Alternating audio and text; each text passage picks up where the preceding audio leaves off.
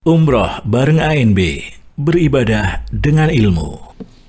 Assalamualaikum warahmatullahi wabarakatuh.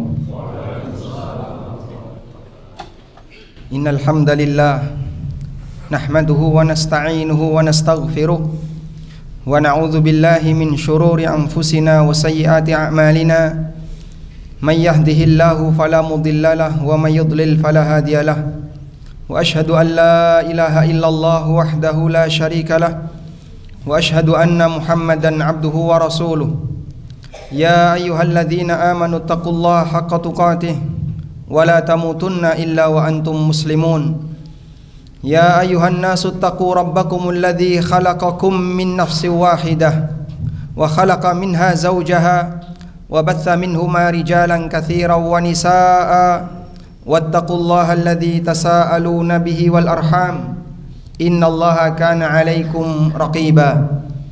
Ya ayyuhalladzina amanu taqullaha wa qulu qawlan sadida yuslih lakum a'malakum wa yaghfir lakum dhunubakum wa man yuti'illaha wa rasulahu faqad faza fawzan 'azima. Amma ba'du fa inna asdaqal hadithi kitabullah wa khairal huda huda nabiyyina Muhammadin sallallahu alaihi wasallam wa syarral umuri muhdatsatuha fa inna kulla muhdatsatin fid dini bid'ah wa kulla bid'atin dhalalah wa kulla dhalalatin finnar. Wa usalli wa usallim ala nabiyyina Muhammadin wa ala alihi wa sahbihi ajma'in. Ma'asyiral muslimin, jamaah Jumat yang dimuliakan Allah Subhanahu wa taala. Disebutkan dalam hadis dari Abu Hurairah radhiyallahu anhu yang diriwayatkan oleh Bukhari. Datang seorang badui bertanya kepada Nabi sallallahu alaihi wasallam. Beliau menyampaikan pertanyaan, "Ya Rasulullah, mata sa'ah?" Ya Rasulullah, kapan terjadi kiamat? Kemudian Nabi sallallahu alaihi wasallam mengatakan, "Idza duyyi'atil amanah fantadhiris sa'ah." Apabila amanah itu sudah disia-siakan, disepelekan, tidak dipedulikan, fantadhiris sa'ah, tunggulah datangnya kiamat. Kemudian ada orang yang bertanya, "Kaifa idha'atuha ya Rasulullah?" Lalu bagaimana bentuk amanah itu disia-siakan ya Rasulullah? Qala, beliau bersabda, "Idza usnidal amru ila ghairi ahlihi fantadhiris sa'ah." Apabila urusan besar dalam masalah agama diserahkan kepada yang bukan ahlinya, fantadhiris sa'ah, maka tunggu kiamat. Jamaah dimulakan Allah Subhanahu wa taala. Hadis ini menandakan bahwasanya bagian dari tanda akhir zaman adalah ketika amanah itu disia-siakan, tidak diperhatikan dengan maksimal, terutama ketika amanah itu diserahkan kepada orang yang bukan ahlinya. Dan amanah yang terbesar adalah amanah agama. Allah Subhanahu wa taala berfirman di surat Al-Ahzab, "Inna 'aradnal amanata 'alas samawati wal ardi wal jibal fa'abaina ay yahmilnaha wa ashfaqna minha wa hamalaha al-insan innahu kana zaluman jahula." Kami pernah menawarkan amanah ini kepada langit, bumi dan gunung. Dan dalam tafsir Ibnu Abbas radhiyallahu anhu, yang dimaksud dengan amanah dalam ayat ini adalah agama, di mana orang yang melaksanakannya akan mendapatkan balasan yang baik, sebaliknya ketika dia sia-siakan akan mendapatkan balasan yang buruk. Namun langit, bumi dan gunung yang ditawari oleh Allah amanah, mereka tidak sanggup untuk menanggungnya. Wa ashfaqna minha, dan mereka ketakutan. Wa hamalahal insan, kemudian ditanggung oleh manusia. Lalu Allah Subhanahu wa taala menyebutkan sifat manusia, innahu kana zaluman jahula. Sesungguhnya manusia itu orang yang zalim, alias dia suka bermaksiat. Sehingga orang yang bermaksiat hakikatnya mendolimi dirinya sendiri, jahulan, dan dia orang yang bodoh yang tidak tahu dampak buruk dari perbuatan salah yang dia lakukan. Ayat ini menunjukkan bahwasanya amanah yang tertinggi adalah agama. Jika agama itu diserahkan kepada orang yang bukan haknya, yang bukan ahlinya, Nabi SAW mengatakan fantadhiris sa'ah, maka tunggulah datangnya kiamat. Dan kejadian di akhir zaman, ketika jauh dari zaman Nabi SAW, pelanggaran terhadap amanah itu sangat dominan. Bahkan sampai disebut oleh Nabi SAW dengan datangnya tahun-tahun penuh kedustaan. Dalam sebuah hadis yang diriwayatkan oleh Ahmad, Ibnu Majah dan yang lainnya, Rasulullah SAW pernah bersabda, "Sayati 'alan nasi sanawatun khadda'at Akan datang di tengah umat manusia tahun-tahun penuh dengan penipuan, tahun penuh dengan kedustaan. Yusaddaqu fiha al-kadhib wa yukadzdzabu fiha as-shadiq. Orang yang jujur dianggap pendusta, orang yang pendusta dianggap jujur. Wa yu'tamanu fiha al-kha'in wa yukhawwanu fiha al-amin. Pengkhianat diberi amanah dan orang yang amanah dianggap pengkhianat. Wa yantiqu fiha ar-ruwaibidah. Kemudian Nabi SAW menyebutkan di antara ciri tanda akhir zaman yang ada di tengah umatnya sallallahu alaihi wasallam, ruwaibidah, angkat bicara. Ada orang yang bertanya, wa mar ruwaibidah, siapakah ruwaibidah itu ya Rasulullah? Qala, beliau mengatakan, ar-rajulu tafih yatakallamu fi amril ammah. Orang yang bodoh tapi dia bicara masalah umat. Dia tidak punya background dalam masalah agama, dia tidak mengerti tentang masalah agama, tapi dia bicara masalah agama yang ada di tengah masyarakat. Dan Nabi SAW sebutkan ini bagian dari mukjizat beliau akan kejadian di akhir zaman, yang itu merupakan peristiwa yang pasti terjadi ketika jauh dari zaman nubuwah. Dan realitas semacam ini juga disampaikan oleh sahabat Ibnu Mas'ud radhiyallahu anhu. Beliau radhiyallahu anhu, Abdullah bin Mas'ud radhiyallahu anhu, pernah mengatakan dan mengingatkan, innakum fi zamanin kathirun ulama'uhum qalilun khutaba'uhum. Saat ini kalian berada di sebuah zaman, yaitu zaman para sahabat. Dan Ibnu Mas'ud radhiyallahu anhu juga ketemu dengan sekelompok tabi'in karena beliau tinggal di daerah Irak. Ibnu Mas'ud mengatakan, innakum fi zamanin kathirun ulama'uhum qalilun khutaba'uhum. Ulamanya banyak, yang pintar bicara sedikit. Lalu kata beliau, wa innahu sayati alaikum zamanun kathirun khutaba'uhum qalilun ulama'uhum. Dan akan datang di tengah umat manusia sebuah zaman yang pintar ngomong banyak tapi yang alim lebih sedikit. Bisa jadi ada orang yang alim tapi dia tidak terkenal. Bisa jadi ada orang yang pandai dalam masalah agama tapi dia tersembunyi. Karena tidak semua orang yang pintar agama dia pandai bicara. Sebab pandai bicara itu kelebihan yang diberikan oleh Allah, bukan hanya kepada mereka yang paham agama, bahkan bisa jadi kepada musuhnya agama. Karena itu bagian dari yang diwaspadai oleh Nabi SAW yang beliau ingatkan kepada umatnya. Akhwafu ma akhafu alaikum munafikun alimil lisan. Salah satu di antara fenomena yang aku khawatirkan menimpa kalian adalah munculnya generasi-generasi munafik yang pintar ngomong. Karena ketika dia pintar ngomong, dia punya mimbar, didengarkan oleh banyak orang, sehingga dengan kepandaian bicaranya bisa mempengaruhi banyak orang. Tapi gak jaminan orang yang pandai bicara ini adalah orang yang berilmu. Dan bisa jadi orang yang pandai bicara ini adalah musuh bagi agamanya, karena dia disebut oleh Nabi SAW sebagai orang munafik. Dan kita tahu yang namanya munafik, mereka adalah orang-orang yang ingin membela kebatilan. Karena itulah jamaah dimulakan Allah Subhanahu wa taala, dengan semua informasi yang diberikan oleh Nabi SAW dan para sahabat berkaitan dengan kondisi akhir zaman, akan keberadaan manusia yang menyampaikan agama tapi dia bukan ahlinya, bisa jadi dia pintar bicara. Maka di sini menuntut kita untuk lebih waspada dalam menerima sumber agama. Yang dulu standar seperti ini sudah dipakai oleh para ulama sejak masa silam, sebagaimana yang dilakukan oleh Muhammad bin Sirin, seorang ulama di zaman tabi'in. Beliau mengatakan, al-ilmu minad din fandur amman ta'khuduna dinakum. Ilmu itu bagian dari agama, karena itu perhatikan dari mana kalian mengambil sumber agama tersebut.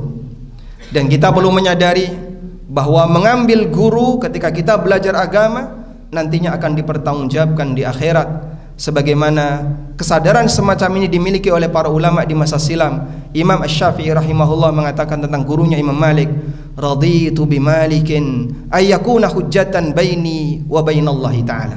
Aku ridha untuk menjadikan Imam Malik sebagai hujjah antara aku dengan Allah Ta'ala. Sehingga ketika Allah bertanya, kenapa kau jadikan Imam Malik sebagai guru? Imam Asy-Syafi'i rahimahullah sudah siap dengan jawabannya. Mengingat Imam Malik adalah manusia yang sangat komitmen dengan kebenaran, menegakkan Al-Quran dan Sunnah sebagaimana yang kita pahami dalam sejarah. Demikian sebagai khutbah yang pertama, semoga bermanfaat. Aqulu qawli hadza wa astaghfirullah.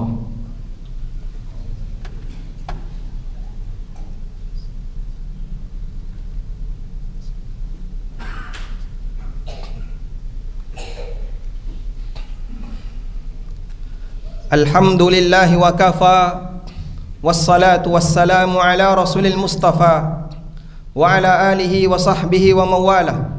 Wa ashhadu an la ilaha illallah wahdahu la syarika lah, wa ashhadu anna Muhammadan abduhu wa rasuluh sallallahu alaihi wa ala alihi wa sahbihi wa man tabi'ahum bi ihsanin ila yaumiddin.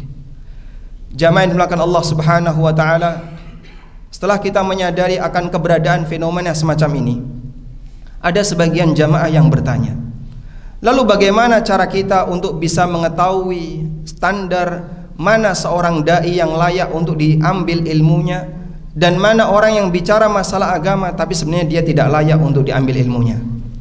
Saya akan mencoba untuk menyampaikan beberapa hal yang sebenarnya ini bersumber dari keterangan para ulama. Bagaimana cara mereka membuat alat ukur untuk melihat apakah orang ini layak untuk dijadikan sebagai guru ataukah tidak. Standar itu sudah ada. Kita akan sebutkan di antaranya. Yang pertama, seorang dai ahlus sunnah dan dia adalah seorang ulama yang layak untuk diambil ilmunya adalah orang yang bisa bahasa Arab. Kenapa demikian? Karena syarat mutlak untuk bisa paham isi Quran adalah paham bahasa Arab. Karena itulah para ulama sejak masa silam, bahkan sejak zaman sahabat, mereka menekankan bagi orang-orang yang baru saja masuk Islam untuk belajar bahasa Arab.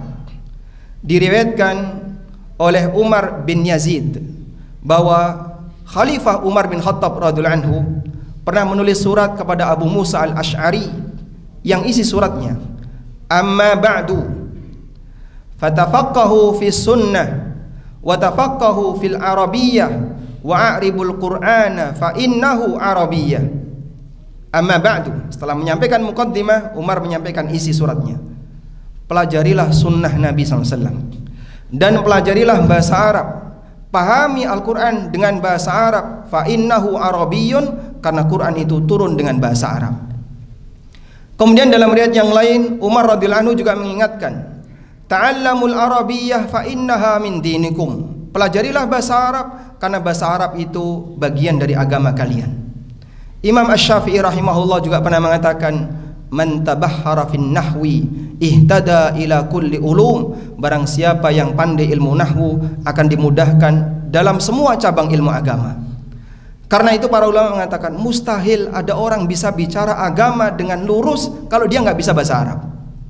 Sebab sekian banyak referensi yang disediakan oleh para ulama yang mungkin jumlahnya jutaan, yang diterjemahkan ke dalam bahasa Indonesia belum ada 1%. Anda kalau punya kesempatan umroh, mungkin mampir ke Masjid Nabawi, Anda bisa naik di perpustakaan Masjid Nabawi. Dalam ruangan yang demikian luas, isinya kitab-kitab para ulama, semuanya berbahasa Arab. Dan mungkin ada banyak kitab yang judulnya saja belum pernah kita kenal, bahkan nama penulisnya kita nggak pernah kenal. Subhanallah. Dan itu belum pernah tersentuh dalam terjemahan bahasa Indonesia. Maka kalau ada orang yang bicara masalah agama dan dia ditokohkan tapi kemudian kosong dari bahasa Arab, itu mustahil. Karena standar ini standar normal. Tidak mungkin orang bicara masalah agama sementara dia tidak paham referensinya. Ini yang pertama. Yang kedua, bahwasanya orang yang bicara agama, dia bicara serius, meskipun terkadang dia guyon, tapi tidak dominan. Sebab ketika kita belajar dalam forum kajian dan majelis ilmu, yang disampaikan itu ilmu dan bukan dagelan. Karena itu guyon dalam Islam tidak dilarang, tapi banyak guyon menghilangkan wibawa. Disebutkan dalam beberapa keterangan seperti di kitab Manthurul Hikam dinyatakan, al-mizah ya'kulul haibah kama ta'kulun narul hatabah. Yang namanya guyon itu bisa menghilangkan wibawa sebagaimana layaknya api yang makan kayu. Sebagian hukama mengatakan, man kathura mizahuhu zalat haibatuhu wa man dzukira khilafuhu tabat ghaibatuhu. Barang siapa yang sering guyon, maka wibawanya akan hilang. Sehingga guyon itu bukan materi utama dalam berbagai macam majelis ilmu. Anda bisa lihat Nabi Musa alaihissalatu wassalam ketika mendapatkan pengaduan dari Bani Israel. Pada saat Bani Israel mengatakan, wahai Musa, ada di antara kami yang terbunuh, siapa pembunuhnya? Kemudian Musa mengatakan, innallaha ya'murukum an tadhbahu baqarah. Allah memerintahkan kalian untuk menyembelih sapi. Maka mereka mengatakan, qalu atattakhiduna huzwa? Wahai Musa, kamu guyon. Qala a'udzu billahi an akuna minal jahilin. Lalu Musa mengatakan, aku berlindung kepada Allah dari sifat sebagai orang yang bodoh. Maka pertanyaan serius ketika dijawab dengan guyon, itu dianggap sebagai kebodohan. Makanya pada waktu Musa menjawab pertanyaan kaumnya yang serius, lalu kaumnya menuduh Musa guyon, Musa mengatakan, qala a'udzu billahi an akuna minal jahilin. Aku berlindung kepada Allah untuk jadi orang bodoh. Sehingga jawabanku ini serius, bukan jawaban kebodohan. Karena itu guyon boleh, tapi kalau terlalu sering guyon itu hal yang menjatuhkan wibawa, dan itu bukan materi utama yang seharusnya kita cari. Yang ketiga, di antara yang perlu untuk kita waspadai dan bagian dari pembeda antara dai yang sebenarnya dengan dai yang tidak selayaknya kita jadikan sebagai guru adalah berkaitan dengan masalah menyampaikan hadis dari Nabi sallallahu alaihi wasallam. Jamaah dimuliakan Allah, Rasulullah sallallahu alaihi wasallam ngasih peringatan. Innal kadzibata alayya laisa kadzibatin alaikum. Berdusta atas namaku dosanya tidak sebagaimana berdusta atas nama orang lain. Man kadzaba alayya muta'ammidan falyatabawwa maq'adahu minan nar. Barang siapa yang berdusta atas namaku, siapkan tempatnya di neraka. Karena itulah, kalau ada orang yang dia suka menyampaikan hadis palsu, atau dia menyampaikan hadis-hadis yang tidak ada sanadnya, atau hadis-hadis yang sama sekali tidak ada sumbernya, mohon maaf, ini dosa besar. Dan bisa jadi dosa besar itu disampaikan di masjid. Padahal kita tahu ketika orang berbuat dosa besar di masjid adalah hal yang sangat tercela. Tapi ada orang yang kadang menyampaikan dosa besar di masjid dan dia tidak sadar. Salah satunya adalah menyampaikan hadis palsu atas nama Nabi sallallahu alaihi wasallam. Yang keempat, orang yang bicara agama murni hanya sebatas menggunakan logika kosong dari dalil. Umar bin Khattab radhiyallahu anhu pernah mengingatkan, iyyakum wa ashabar ra'yi fa innahum a'da'us sunan. Waspadalah dengan orang yang hanya bisa menggunakan logika, karena mereka adalah musuh sunnah. Ayathumul ahaditsu ayyauha. Mereka kesulitan untuk menghafal hadis. Fasuilu, kemudian ketika ditanya masalah agama, fa'aftau bighairi ilmin, akhirnya dia menyampaikan fatwa tanpa ilmu. Fadallu wa adallu, kemudian dia menyimpang dan ngajak orang lain untuk menyimpang. Waliyadzubillah. Ini beberapa kriteria yang bisa kita jadikan sebagai standar, bukan dalam rangka untuk menggurui siapapun, tapi standar seperti ini sudah hal yang biasa disampaikan oleh para ulama di masa silam, yang mungkin di masa sekarang jarang orang mengetahuinya. Semoga apa yang kita sampaikan ini menjadi kriteria yang bermanfaat untuk kita dan panduan yang bermanfaat bagi kita, dan kita mohon kepada Allah Subhanahu wa taala agar Allah jadikan kita sebagai hambanya yang istiqamah. Allahumma salli ala Muhammad wa ala ali Muhammad kama sallaita ala Ibrahim wa ala ali Ibrahim innaka Hamidum Majid. Allahumma ighfir lil mu'minina wal mu'minat wal muslimina wal muslimat al ahya'i minhum wal amwat innaka sami'un qaribun mujibu da'awat ya qadiyal hajat. Rabbana ighfir lana wal ikhwanina alladhina sabaquna bil iman wa la taj'al fi qulubina ghillan lil ladzina amanu Rabbana innaka ra'ufur rahim. Rabbana atina fid dunya hasanah wa fil akhirati hasanah wa qina adzabannar. Wa sallallahu ala nabiyyina Muhammadin wa ala alihi wa sahbihi wa sallam. Wa akhiru da'wana anil hamdulillahi rabbil alamin. Wa qumu ila salatikum.